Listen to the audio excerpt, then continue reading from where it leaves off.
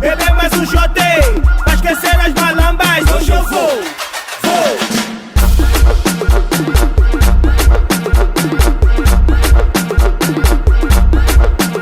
Hoje eu vou.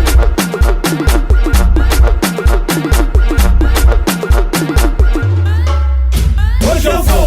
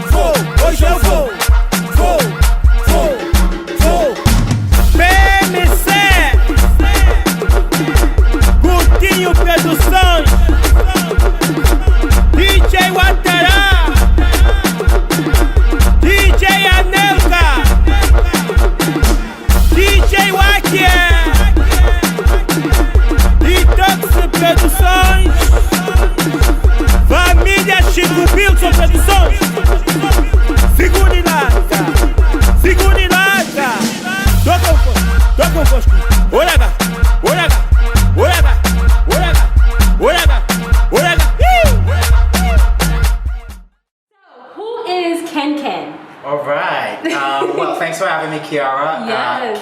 Ken is a culture lover, so I'm someone who loves to experience culture through music and dance, so discovering other black cultures, you know, being a black immigrant from the Caribbean, from Antigua. Nice. I love to experience how other black people experience life, so I would say Ken is a culture lover and someone who loves to experience culture through music and dance. Beautiful, beautiful. So how long have you been dancing? How did you get into dance? So I've always struggled with calling myself a dancer, in the sense that I saw dancers as someone who were someone who's making a living through dance, right? So as dance was not my main source of income, I always struggled with it. Right. But thanks to my girl Alicia Dance Dragon Slayer, yes. I'm calling myself a dancer now because I commit myself to it. Absolutely. Right? I commit myself to it even though I don't make a living from it. So I've been dancing all my life, right? So I grew up in the Caribbean. I grew up in Antigua, where dance was something we do in a social, festive setting. Yes. Whether it was Easter Monday Fete, Carnival, beach party, funeral, Passover, whatever it is, there was always a point where music was going to be played and you were dancing. So that's how I've always experienced dance, in a social, festive, come together, enjoy yourself environment. And so that's what dance is for me. Beautiful, beautiful. So what genres of dance do you do? So I grew up obviously with soca, with calypso and reggae. Yes. And then when I moved to the US, as I experienced other cultures, I want to say I really started taking dance classes once I graduated from college, if you believe that. Everything before that was just freestyling, dancing at parties. Right, and so right. what naturally came from me was just how my body moved to the music. Yes. And so one of the critiques I always got was, like, if I ever took a professional class or went into some class, you know, back then in the 90s, it was, oh, you're too reggae. Oh, you're a real African. Oh, you're too wiggly. Oh, no. You wiggle too much. You're too wiggly. You're too wiggle up. And I love the wiggle. All right? I love wiggling. And I'm like, and I never understood it. I'm like, what do you mean I'm too wiggly? But that's just how my body want to move when I hear this beat. Right. So I just couldn't get it. Like, I just wasn't a pop, stiff, isolation type movement. That's just not how we dance in my culture, right? So once I graduated school, I could pay for my own classes. I started taking like cultural dance. So that was like my first introduction to like professional dance classes. I was more cultural because, again, the beats, the drumming, live music really spoke to me, really spoke to my spirit. So I took like Afro-Caribbean. Then from Afro-Caribbean I gravitated to like Afro-Brazilian. From Afro-Brazilian I graduated to Afro-Cuban. So everything was always Afro something of the Western Hemisphere. And then I want to say about 7 years ago, I started house because I love Kim. Started with Kim Holmes because I used to go to the house clubs and stuff, and I just always wanted to learn house. And believe it or not, Kim was the first person who brought Kuduro dance to New York. In her house class, she had some kuduro dancers that were visiting New York from Angola. And lo and behold, I had no idea until many years later that was Manuel that I met in that class. Whoa! Like 6 years ago. Full cycle. In her class. And so fast forward to 2018, I'm in Manuel's class where I officially met Manuel like in 2018. I said, my first time experiencing kuduro was like 5 years ago in this girl's class named Kim Holmes. And he was like, that was me. And I was like, no, I was. So now I've honed in on, I still do cultural dances because that's just what speaks to me. Right. And I think it helps me with how I hear music and how I dance music, because you're dancing to live drumming and live music, and there's multiple layers of music that you're dancing to, etc. And just the fluidity. When I think of Afro movement, for me is like those cultural dances is the foundation of Afro movement for me. Personally, for me. So cultural movements, cultural dances, I always do those, but in terms of like urban, I've focused in on kuduro and Afro house as like what speaks to me. Nice. So what do you feel is your favorite genres of dance? I love all of them, but in terms of what I'm focusing on and what I'm gonna invest in to learn, I've focused in on kuduro. But I love what's coming out in Nigeria. I love what's coming out of Ghana and all of that. But I just don't have the time to study all of them. Got you. Thank you for sharing. What do you feel is the most rewarding thing about being a dancer? For me, I was thinking on this because I saw some of the questions that you were going to ask. And when I think about dance and what dance means for me, dance was always my happy space. Right? So even when I started with you, I look forward to that class because it was like, I had a hard week and I know come that day, Kiara's going to kick my butt. And we gonna stress it out. We gonna work out that stress. And I'll be in that class, and it was like, what do you want to call that? Dance aerobics, dance fit. But I'll be dancing my ass. And you know what? It was a fusion of dance and fitness, but the fitness you would do, but that dance, you could tell that you were super happy when it came to the dance move. Right. So for me, dance is a high. And like I don't really drink. I don't consume substances, and people never understood it because I'd be going to a party. I'm like, I don't need alcohol. I'm like, as long as the DJ's on point, I'm good. That's it. If the DJ's whack, then ain't no party. I'm not moving. I can't dance. So dance for me is my happy space. If I'm having a bad day, if I'm having a hard day at work, if I want to work something out, think something through, dance is how I come to that space of like clarity. Nice. So what do you feel is the most challenging thing about being a dancer? So since I'm not a professional dancer, I would say people admire my dance, or people will compliment me on my dance, and sometimes people will say, hey, do you want to perform? Right? I'll get all these like offers to perform, offers. A lot of times people will be like, do you teach? Do you want to teach? And I think in my own head, I limit myself because I'm like, no, I can't perform. I've never, I'm not good at, I can't be on a stage and all of this. So I would say as a dancer, it's probably challenging your own inner voice that tries to limit you, right? Because if other people are seeing it in you, it means that you're very well capable of doing it. Absolutely. So that's something that I have to come to terms with. And I came to terms with it several times, but there are other times where it like pops out of nowhere and you're like, you'll get a DM like, hey, can you perform tomorrow? And you're like, right? So it's like, and well, I could make it. But, so I think that the challenge is not limiting yourself, not limiting your own capabilities, even if you're scared.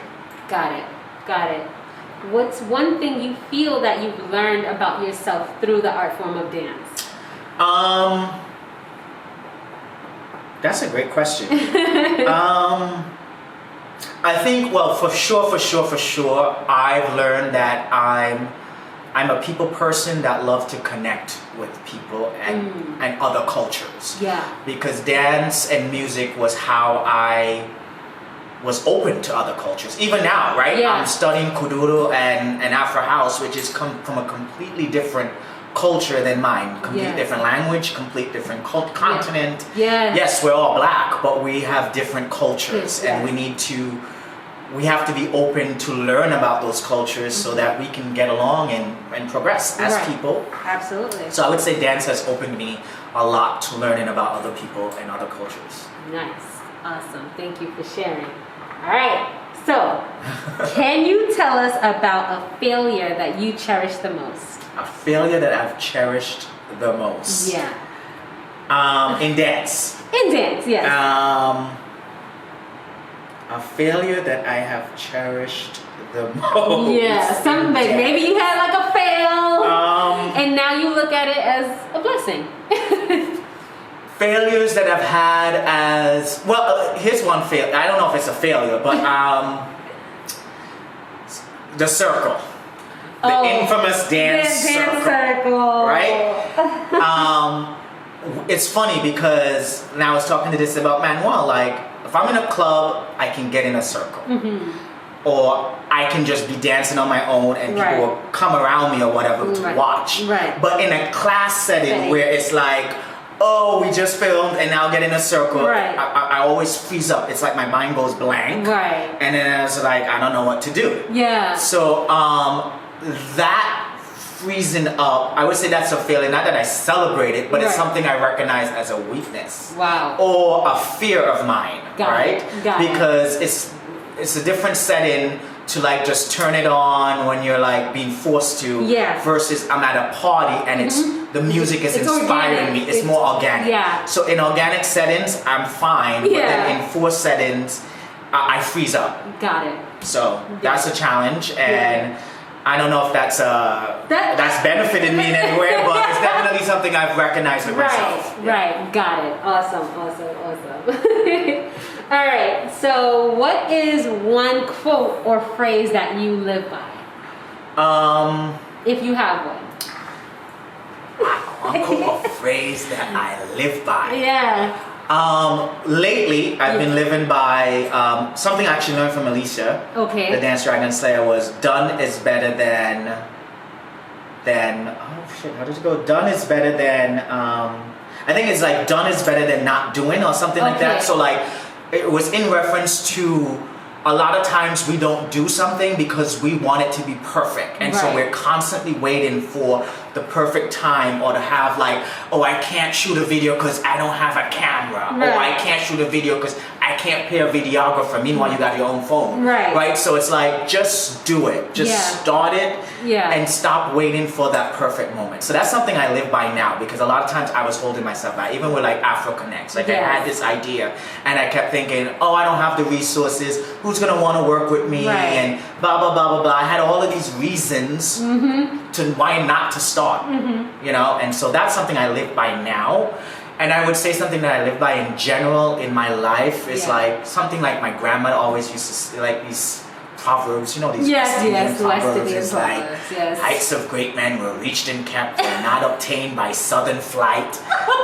They, while their companions slept, were toiling upwards in the night, right? So like that's something like she used to say to me from since I was a little kid, and I can still recite it now. And so she was always like, that was something like, don't be mad that you're up studying and your friends are sleeping, because that's what you gotta do to be good in life. Like, don't be mad that you're working late, or don't be mad that you gotta put in this extra time, because that's what's needed for you to be successful.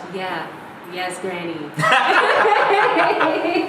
You mentioned Afro Connects. Yes. Can you tell us about it? All right. So Afro Connects is a platform started by Manuel and myself.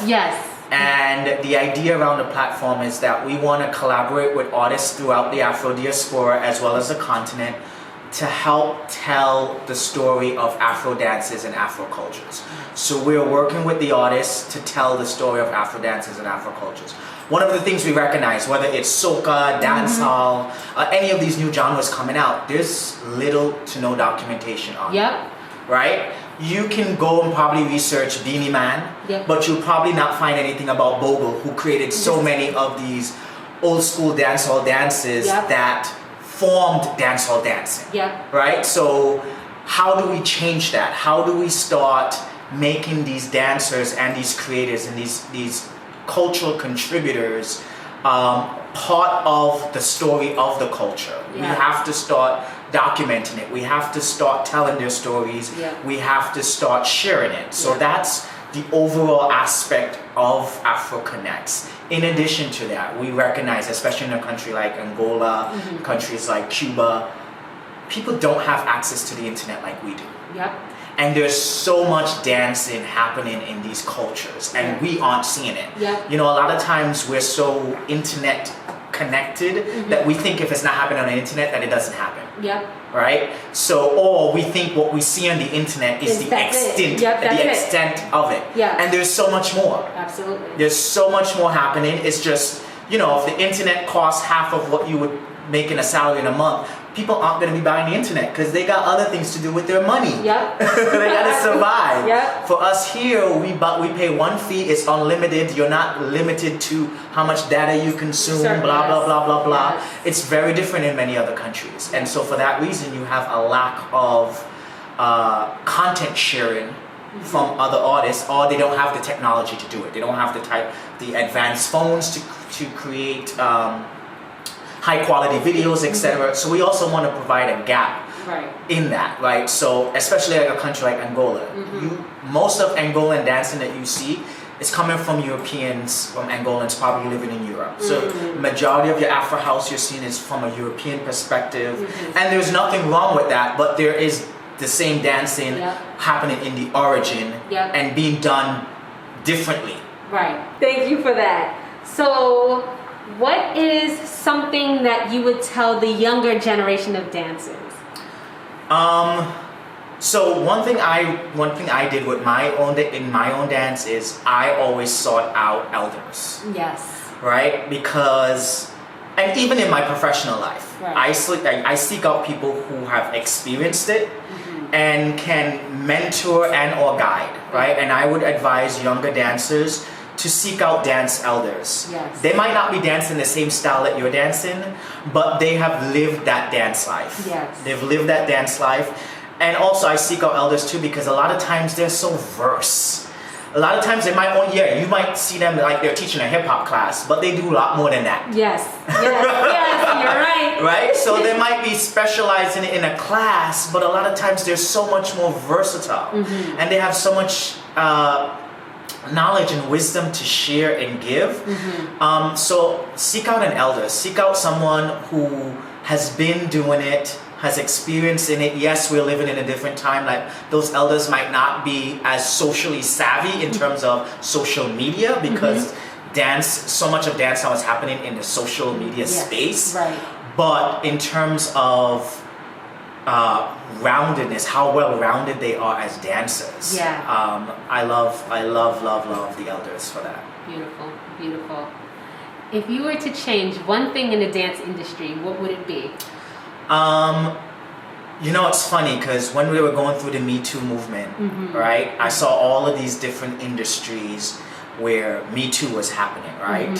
And Me Too in the sense of people were speaking up about either exploitation or people that were taking advantage of people. And two places where I didn't see it happen as much was the modeling industry and then the dance industry. And I'm like, where are the artists in these industries that are gonna step up and say they're being abused? Not necessarily sexually abused, but unfair work practices, just taking advantage of people. Just you show up for a shoot and you're shooting for 20 hours at 18 hours, like just ridiculous when you're using your human body.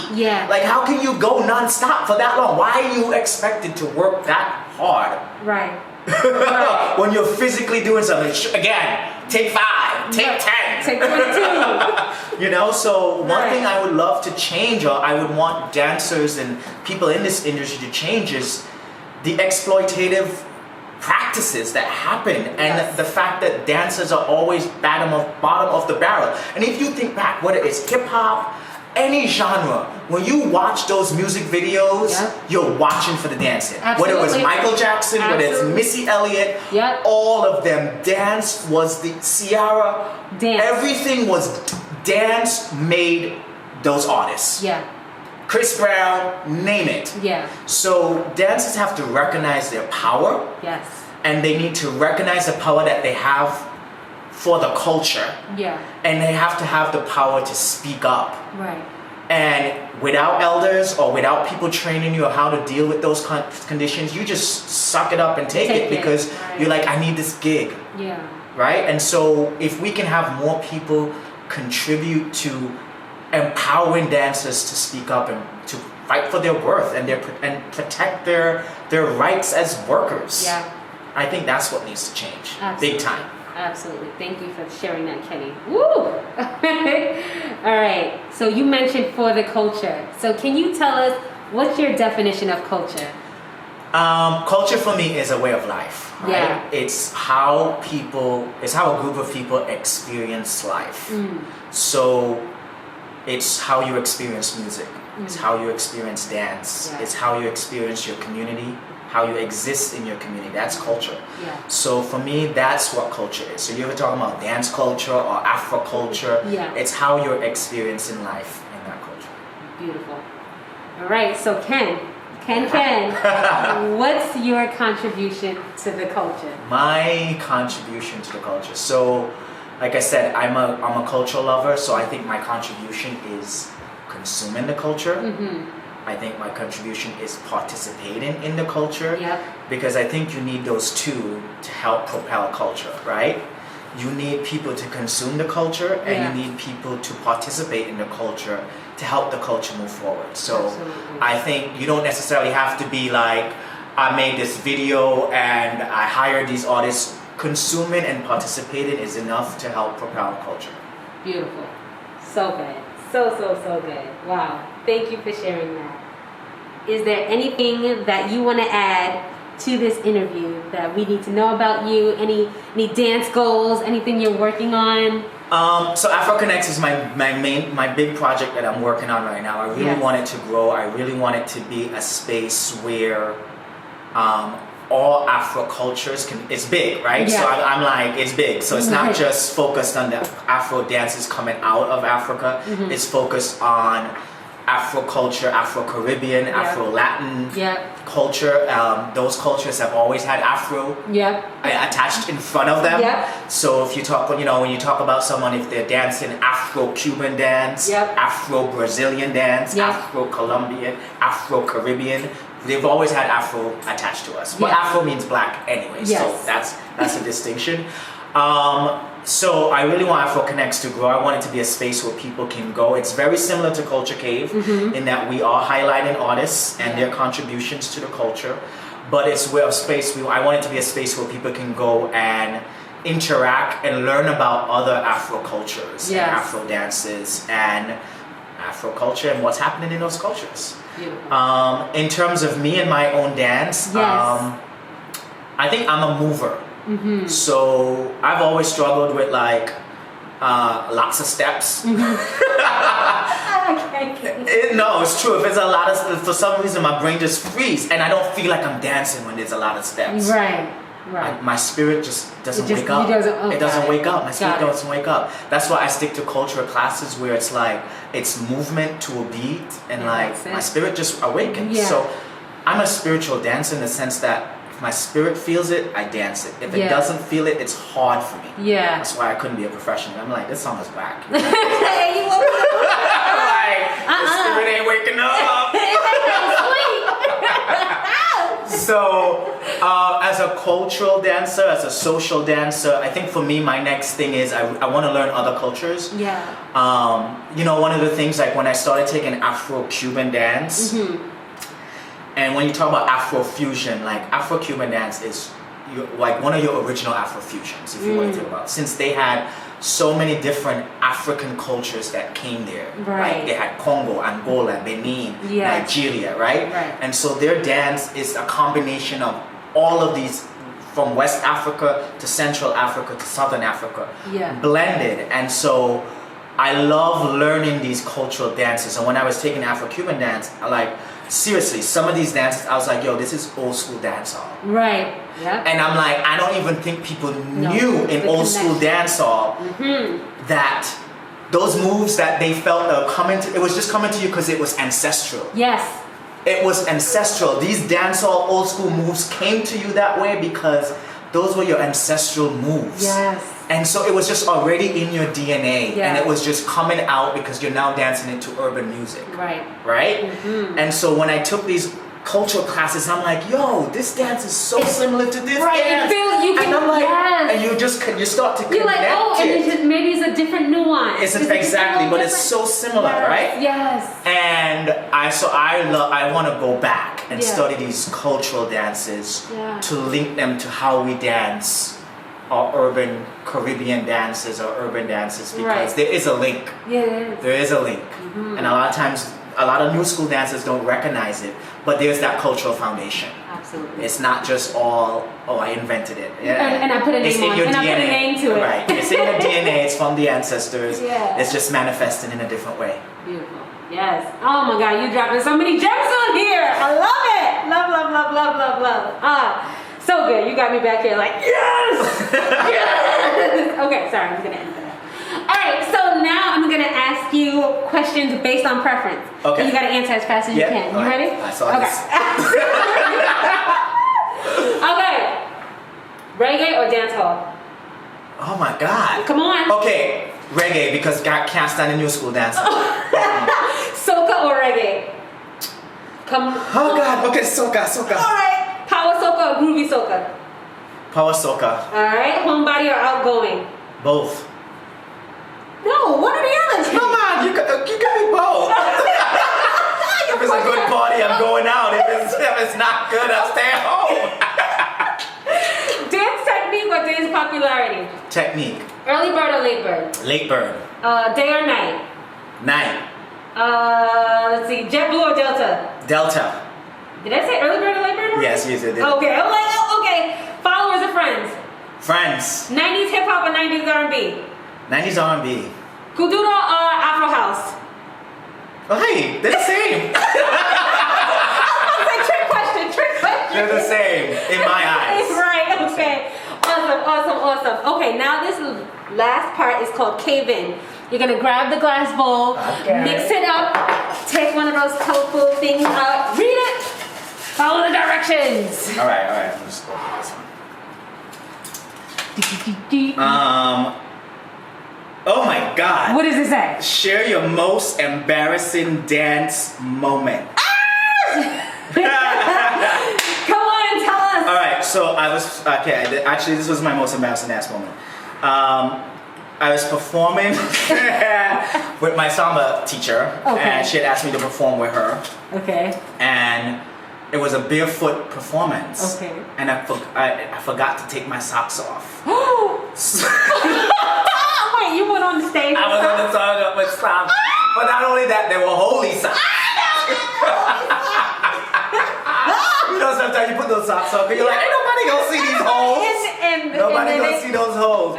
So I performed, and she didn't even realize I didn't have the socks on until I came off, and she looked down, and I looked down, and I was like, well, I don't think anybody's really gonna know that I was supposed to have socks on. But then it was in a group, and everybody else had bare feet. So I think it was embarrassing, but it was one of those things where it happened, and you're like, you know what? Yeah. So what? I wonder if she's like, so what? Well, teachers, everything gotta be perfect. Perfect, right? Oh my gosh. Well, thank you for sharing that. Oh. So there's a step. One, two,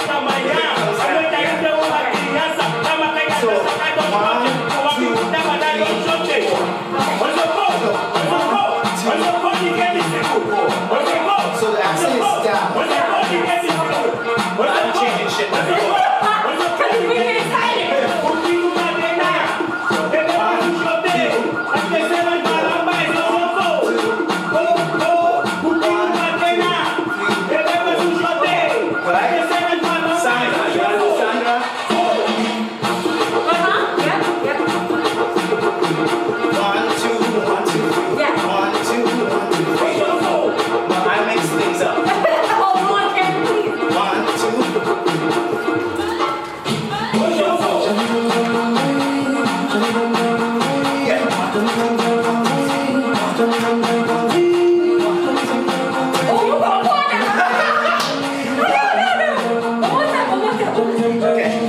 so Sandra, once you know how to do the basic, you can change it. You can do both sides.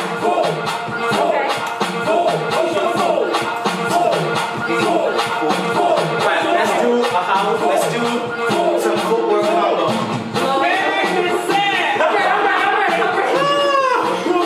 Footwork combo. 1, 2, 3, 4, 5, 6, 7. 1, 2, 3, 4, 5, 6. No. 1, 2, 3, 4, 5, 6, 7. 1, 2, 3, 4, 5, 6, 7.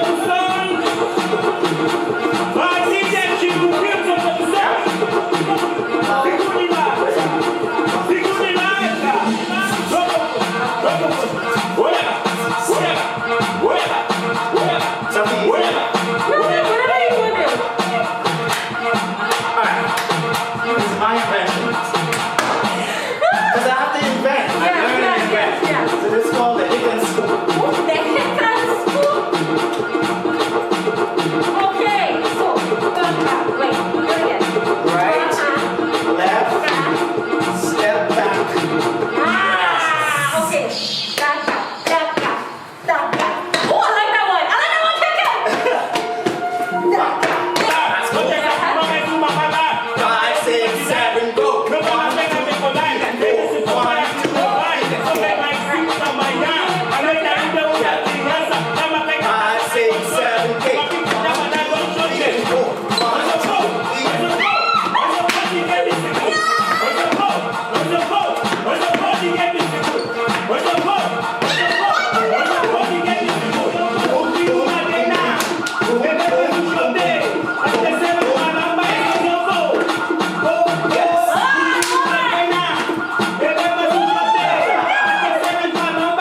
Alright guys, this is Kenny, otherwise known as Ken Ken, and I'm here with Culture Cave. Catch me in the cave. Hey! Afro Creole, Mikael.